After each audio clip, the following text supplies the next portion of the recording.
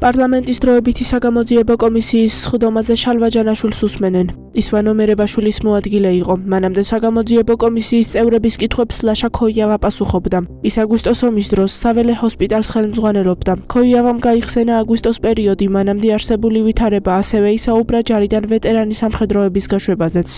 მე მოვედი საველე შტაბში, რაც გარკვეულ საქმეზე. შტაბი იყო გაშლილი კარალეთში. რაც ადგილი არის კაკლები ქვია. იქ მითხრა ერთ-ერთმა ოფიცერმა, რომ პრეზიდენტი გაიქცა. როგორი დამოკიდებულება წავრ უნდა გქონდეს ადამიანს თავის პრეზიდენტის მიმართ, თავისი უმაღლესი მთავარსარდლის მიმართ. პიროვნული. კარის ერთი მომენტი, რომ უმაღლესი მთავარსარდალი პრეზიდენტი გაიქცა. აი ეს მთელი მოვალეობები, რომლებიც მან უნდა შეასრულოს, ვინ შეასრულებს. საქართველოსთან არ გაქცეულა, თუმცა ჩვენ არ ვიცოდით, მაგრამ ახლა ჩვენ იქ არც ტელევიზორი გქონდა, ჩემ კარგებო და არც მოგეხსენებათ, დიდად ინტერნეტითაც ვერ ვისარგებლებდით. სად წავიდა, რა გააკეთა. ერთადერთი რაც მოხდა, ჩვენმა სამხედროებმა დაინახეს, რომ ჩვენი პრეზიდენტი, რომელიც ჩამოვიდა გორში, რატო ჩამოვიდა, რისთვის ჩამოვიდა, კაცმა არ იცის. აგაც არის ესეთი მომენტი, რომ ის არავითარ შემთხვევაში არ შეიძლებოდა ჩამოსულიყო საბრძოლო მოქმედებათა თეატრზე.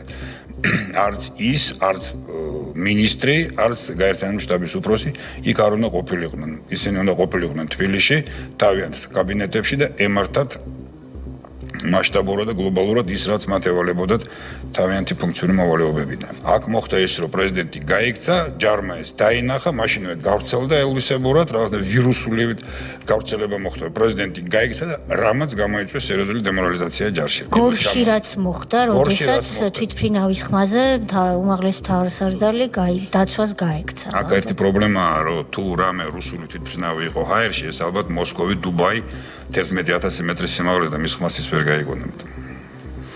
და სხვა საფრენი აპარატი იმ მომენტში ცაში არაფერი არ არის. საბრძოლო მოქმედების დაწყების მომენტი დილის 6 საათი 8 აგვისტოს ვერ შედგა, იმის გამო რომ ისე მოვიდა რაღაც გაურკვეველი მითითებები, რომ არ უნდა დავეწყოთ ვინაიდან ვიღაცა უნდა ჩამოვიდეს, რაღაც ქონება უნდა მოვიდეს. უნდა მოსულიყვნენ კიდე ჟურნალისტები და სანამ ჟურნალისტები არ მოვლენ, არ შეიძლება მის დაწყება. ბოლოს ჩამოვიდა რაღაც სატვირთო მანქანა რაღაც იმებით. მიტინგისთვის საჭირო რაღაც ნივთებით, ტრიბუნით, დროშებით რაღაცა. და საბრძოლო მოქმედება დაიწყო 7-8 საათის დაგვიანებით. ამ შეფერხების გამო, რომელიც აი არანაირად არ იყო კავშირში, არც გეგმასთან, არც უზრუნველყოფასთან. უზრუნველყოფის ელემენტიც ყველა იყო თავის ადგილზე და ჩვენ უკვე შეგვეძლო მოქმედება. გეგმის მიხედვით მესამე და მეოთხე ბრიგადები უნდა შეხვედრილიყვნენ ცხინვალის ჩრდილოეთით ჯავის მისადგომთან. ამ დროს მეოთხე ბრიგადა იყო გაჩერებული, შეფერხებული ასევე გაურკვეველი მიზეზით. იცით რა არის? აი მას მერე რაც ეს გეგმა დაიგლიჯა, ფაქტობრივი მართვა საბრძოლო მოქმედების გადავიდა პოლიტიკოსებთან. მეოთხე ბრიგადამ დააგვიანა მოძრაობა, მესამე ბრიგადის გადაადგილება უკვე არ შეიძლებოდა, იმიტომ რომ მივიღებდით ძალიან ბევრ გაუმართლებელ მსხვერპლს. საბრძოლო მოქმედებები უკვე დაიწყო ინტენსიური ცხინვალში, უშუალოდ ქალაქში. და როგორც ვაფრთხილებდით სამხედროები, რომ ეს ჩაიხრჭობა ცხინვალის განთავისუფლების თუ აღების ოპერაცია, როგორც ნებავთ, ისე და ჩაიხრჭობა აუცილებლად, ის ჩაიხრჭობა. ცხინვალის განთავისუფლება ვერ მოხერხდა. იქიდან გამოიყვანეს ძალები, ეს უკვე ხდება 9-ში. და კეზარაშვილმა გასცა ბრძანება, რომ მეოთხე ბრიგადა, რომელიც იყო გაშლილი და შეტევით მიდიოდა ზნაურისკენ, საბრძოლო გაშლა ჰქონდა უკვე, შეტრიალებული იყო 90 გრადუსით და შესული იყო ცხინვალში. აბსურდული ბრძანება იყო და ბრძანება იყო თუ მოთხოვნა იყო. არ ვიცი როგორ უნდა დავარქვათ. იმიტომ რომ ბრიგადა იშლება საბრძოლო წესით. იმისთვის რომ ის მოტრიალდეს 90 გრადუსით, საკმაოდ დიდი დრო დასჭირდებოდა. ის დრო, რომელიც იქნებოდა საერთოდ მნიშვნელოვანი, რაც მისცემდა მოწინააღმდეგეს საშუალებას, რომ ზნაურიდან დაეძრა დაძრულიყო და მეოთხე ბრიგადის ზურგში აღმოჩენილიყო. სახმელეთო ჯარების სარდალიც გენერალური შტაბის უფროსის მოადგილეებიც რაღაცნაირად ცდილობდნენ რომ არ გადაეცათ მეოთხე ბრიგადის მეთაურისთვის ეს ბრძანება, მაგრამ მე თვითონ დაელაპარაკა ტელეფონით და ეს ბრძანება მისცა. მეოთხე ბრიგადის მეთაური იძულებული იყო დაეწყო ბრიგადის შეტრიალება, რამაც რასაკვირველია ფიასკო გამოიწვია. ერთ-ერთი მიზეზი იყო იმისა, რომ იქ ყველაფერი ასე ტრაგიკულად დამთავრდა. ამ დროს, როდესაც ბრიგადა მოტრიალდა და წავიდა ცხინვალის მიმართულებაზე, მესამე ბრიგადა უკვე იძულებული იყო გამოსულიყო საბრძოლო მოქმედებებიდან. მისი დარჩენა იქ აბსოლუტურად შეუძლებელი იყო. ამაც რასაკვირველია მისცა საშუალება რუსის ძალებს გადმოეკვეთათ საქართველოს საზღვრები და შემოსულიყვნენ ცხინვალში. იქ ჩვენმა ავიაციამ დაამუშავა ეს რუსები მარშზე მყოფი რუსები, მაგრამ შემდეგ ისევ მივიღეთ განკარგულება, რომ გავჩერებულიყავით, წინააღმდეგობა არ გვეგვეცია, არ აგვეპეთქა რაღაც შესაბამისი ხიდი, რომელიც გათვლილი იყო, რომლის აფეთქება, რომ რუსების გადაადგილება შეფერხებულიყო, ჯარმა დაიწყო უკან დახევა. კიდევ უფრო აღმატებულ ადამიანებს, ვიდრე ჩვენ ვართ, ანუ სამხედროებს, ოფიცრებს, ვინც ჩვენს ქვეყანას იცავს. დაგრჩათ თუ არა განცდა, რომ იქ ქართველი ჯარისკაცი გაიწირა. თათბირი რომ დასრულდა, მოვიდა ჩემთან სახმელეთო ჯარების სარდალი. როგორც ვეტერანთან და გამოსილა და მეთემ კითხა რა სიტყვიო. და მე ვუპასუხე ძალიან ძნელია მეთქი 3 წაგებული ომის ვეტერანობა.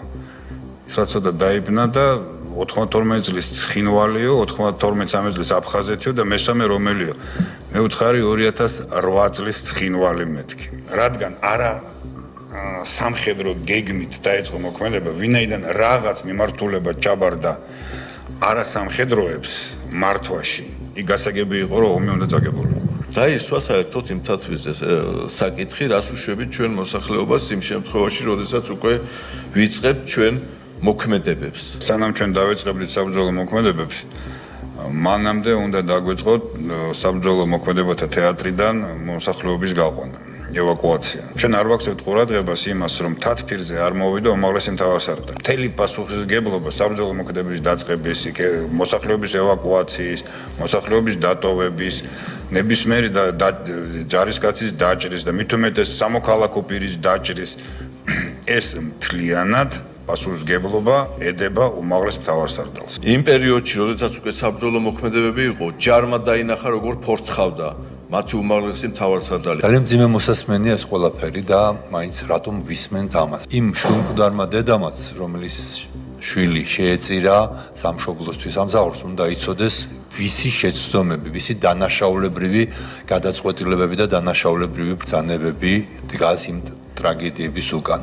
ჩვენმა მოსახლეობამ უნდა იცოდეს რატომ მოხდა მშვიდობიანი მოსახლეობის, ამდენი მშვიდობიანი მოსახლეობის გარდაცვალება, მაშინ როცა შესაძლებელი იყო ამ ადამიანების ბევრად ადრე გამოყვანა. ანუ მოსახლეობა გაწირეს, ძევლად ჩატოვეს, ქვია ამას. ეს მოხდა რეალურად იმ დემორალიზებელი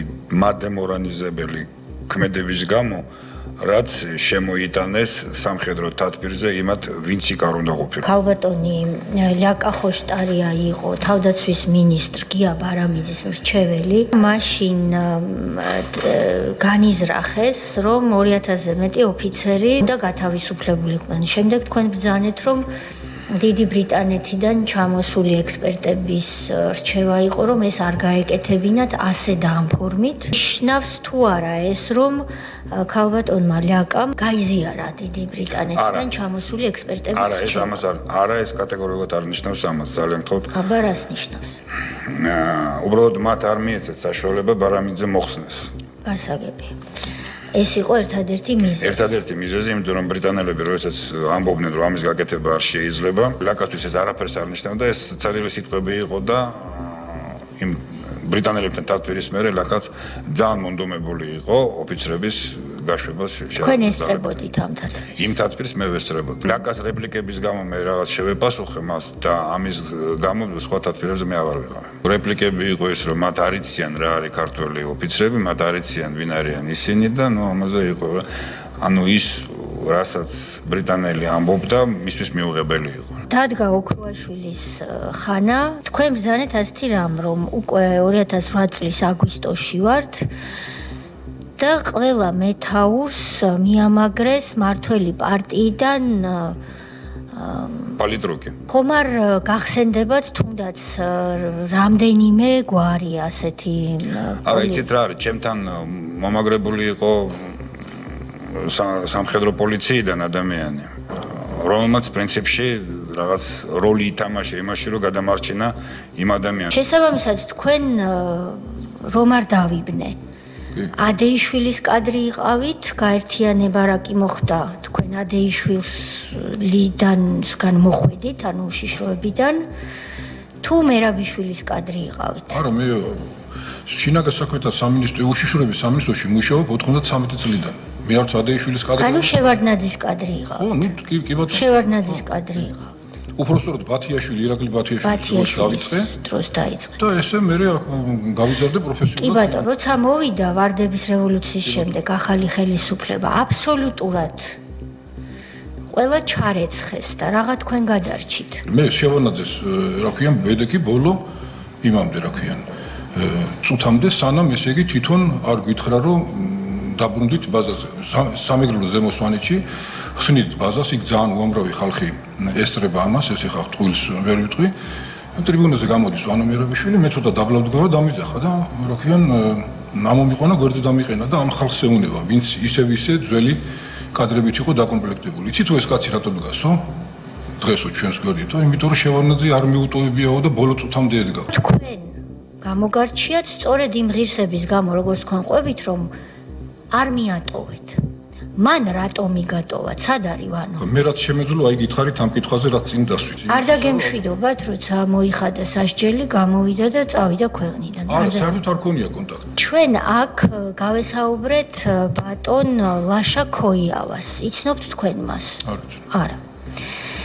ბატონმა ლაშამ, რომელიც ესწრებოდა 7 აგვისტოს გამთენის თათბირს უზნაძის ქუჩაზე თავდაცვის სამინისტროში გითხრა რომ თქვენ იმ თათბირს ესწრებოდით ასეა თუ არა? არ არის ასე, ტყუილია.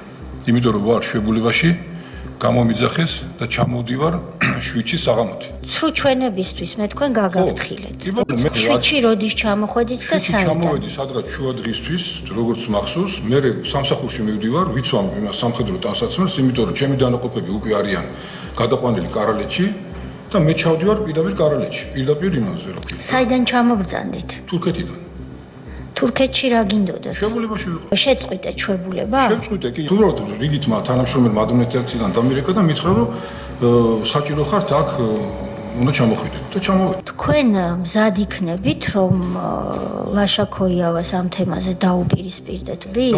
მოგეხმარეთ მაშინ ნახეთ რომ საქართველოში არ ვარ ხო? არა, მე რა შინდა მოგეხმაროთ თქვენ ბანო არ მოგეხმარათ და მე რა შინდა მოგეხმაროთ. შესაძლოა რომ შეკრებილიყო თათბირი და იქ სხვა პირს თქვენი სახელი გამოეყენებინა. აი მე ესეთი შეთქმულების თეორია საჭირო არის ან როგორ შეიძლება ეხლა ვიღაცა მჯდარიყო ჩემს მოგიროთ. ვინაიდან არ იყავით? მე ეს გვარი არ აიღო ვიღაცამ და იმ ადგილზე ვიღაც იჯდა შემთხვევით, ხო შეიძლება? შეიძლება ალბათ არ ვიცი, ვერ გეტყვით ეხლა. ერთი ეს ვარიანტი შეიძლება ვიფიქროთ. შესაძლოა ეს მომხდარიყო, ნუ ტექნიკურად გასაგებია. ვერ გეტყვით. კარგი. მე რო არ ვიყავი ვიცი. წახვედით რომელი საათია დაახლოებით? მე რომ მივედი იქ ალბათ რა 5 საათია თუ 4-5. მე მახსოვს რომ მე 7 საათზე სადღაც უკვე იქ ტარდება თათბირი იმაში კარალეთში. კარალეთში რატომ? იქ იყვნენ შეკრებილები ყველანი. ყველანი ვინ? იყო გენერალი ზაზაკოგავა, ყურაშვილი მახსოვს და დანარჩენი ეს თანამშრომლების გვარები აღარ მახსოვს. ბატონი ვანო? ბატონი ვანოც იყო კი. ადეიშვილი, ზურაბი? არ იყო. კეზერაშვილი? არ იყო. სააქტო დარბაზში იყო ეს თათბირი ჩატარდა, სადაც თქვათ აი ეს გეგმა ქონდა თუ გენერალურ შტაბს გამზადებული, ვის რა პოზიციები უნდა დაეკავებინა, დავალებები თქვენ მიიღეთ დავალებები. ვინ გასცა დავალება? გვარი სახელი. სავარაუდოდ არ მახსოვს, იმიტომ რომ რუკასთან იდგა გენშტაბის უფროსის მოადგილე. რა და ამოცანამი დავალება მიიღეთ თქვენ? ჩვენი ამოცანა ის იყო, რომ თქვათ აი ჩვენი ეს ისენი რა ქვია დაჯგუფება, რომელიც შეიქმნა, რა ადგილზე უნდა განთავსებულიყო კონკრეტულად, უნდა გავსულიყავით რაღაცა პუნქტზე, სადაც უნდა რაღაცა პუნქტი, რომელი პუნქტი? ცხინვალის დასავლეთი მიმართულება იყო ჩვენი დავალება.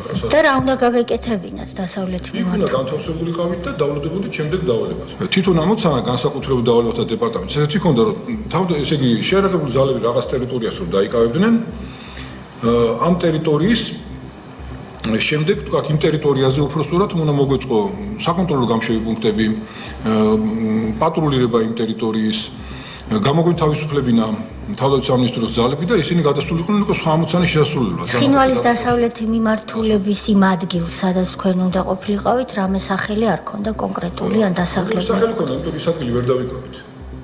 აი ეს გვიამბეთ. აირია მე ყველაფერი. ის პოზიციები ჩვენ გამყოლიც გაგვაყოლეს, მაშინ კარგად მახსოვს. თავდაცვის სამინისტროდან შეერაღებული ძალებიდან გამყოლიც, იმიტომ რომ ეს ხო და ნუ მოკლედ ესე იგი ეს ამ გამყოლებსაც გზაებნათ და იქ ისეთ ადგილზე ის თქვენ რომ ვეღარ გადავიარეთ, ტექნიკამ ვერ გადაიარა ის ადგილი და გარკვეული ხანი შევეცადეთ რომ ჩვენი გაგვერკვია და არ გამოგვივიდა და შემდეგ მივიღეთ მეორე ბრძანება რომ უკან ამოსულიყავი და უკან კი არა, ნუ უბრალოდ ქვია ზემონიქოში ავსულიყავით. ეს გეგმაში იყო რომ თუ იქ ვერ მიხვალთ ნიქო? ვინ გადაწყვიტა? იქიდან აი ზუსტად ეხლა აღარ მახსოვს, მაგრამ იქ რომ ჩვენ ვეღარ მივედით იმ ადგილზე, მე ურეკავდი მე თავდაცვის სამინისტროს, ვინც ესენი გამოგაყოლა მოკლედ რა ეს გაყოლები და მე მითხრეს რომ ამოდი ზემონიქოში, მაგრამ ვინ მითხრა ამოდი ზემონიქოში აღარ მახსოვს. მაგრამ თქვენ იქამდე ვერ მიხვედით და რა მომენტში მიხვდით რომ ვერ მიაღწევდით? ტექნიკა რო ჩაგვივარდა დიდი ის იყო თხრილები, რომ ჩაგვივარდა ტექნიკა, ამოვათრიეთ იქიდან. რომელი ტექნიკა ჩაგივარდათ? იყო ეს კობრაც კი ჩაგვივარდა, კობრა იყო და სულ იქ მანქანები. გეგმაში ეს თხრილები იყო, რომ გითხრეს რომ აი წადიო ამ ადგილასო, არ გითხრეს რომ იქ თხრილია, ეს რა ტიპის თხრილი იყო? სამხედრო თხრილი იყო თუ ბუნებრივი თხრილი იყო? არხის თხრილი, არხი იყო. სარწყავი არხის თხრილი. ცოტა ხანში დამირეკა მე ის გათენებული არის. ცოტა ხანში მე დამირეკა მინისტრმა და შემეკითხა რომ რა შეგვით სადახართო. თქვა რა ნიქოში ამოვიდით ეხლა იმაშვები რა მეთქი ვალაგებთ იმას თანმიმდევრობას რაღაცა კოლონას ვაწყობ ისე თავიდან მეთქი რაღაცა და დროზე შეგით ქალაქშია რა. ჯანება მივიღე და რომელ ქალაქში? ცხინვალში. მალევე შეხვედით. რა დაგხვდათ ცხინვალში? ცხინვალში ესე იგი თითქმის შუაგულამდე გავედით რა. და მე უკვე პირველი კონტაქტი უკვე შეხვდა იმაში რა, ესე შუაგულში იქ ერთ ტანკი დაგვიწეს. იქიდან ეკიპაჟმა მოასწრო გადმოსვლა და მანქანებში გადმონაწილდა სხვა მანქანებში. ამ დროს მე უკვე ტელეფონით ურეკავ იმას გენშტაბის უფროს. საზოგადოებას და ვეუბნები რომ მარტო ვარ ქალაქში. მე მგონია რომ უკვე სხვა ხრიდან არიან შემოსულები. და მარტო ვარ ქალაქში და აქ მე დიდი ხანი ვერ გავწევ კუთხარი. ტყვია წამალი გამომელევა და მომიწევს მე უკან დახევა რა. თუ არ მომეხმარება.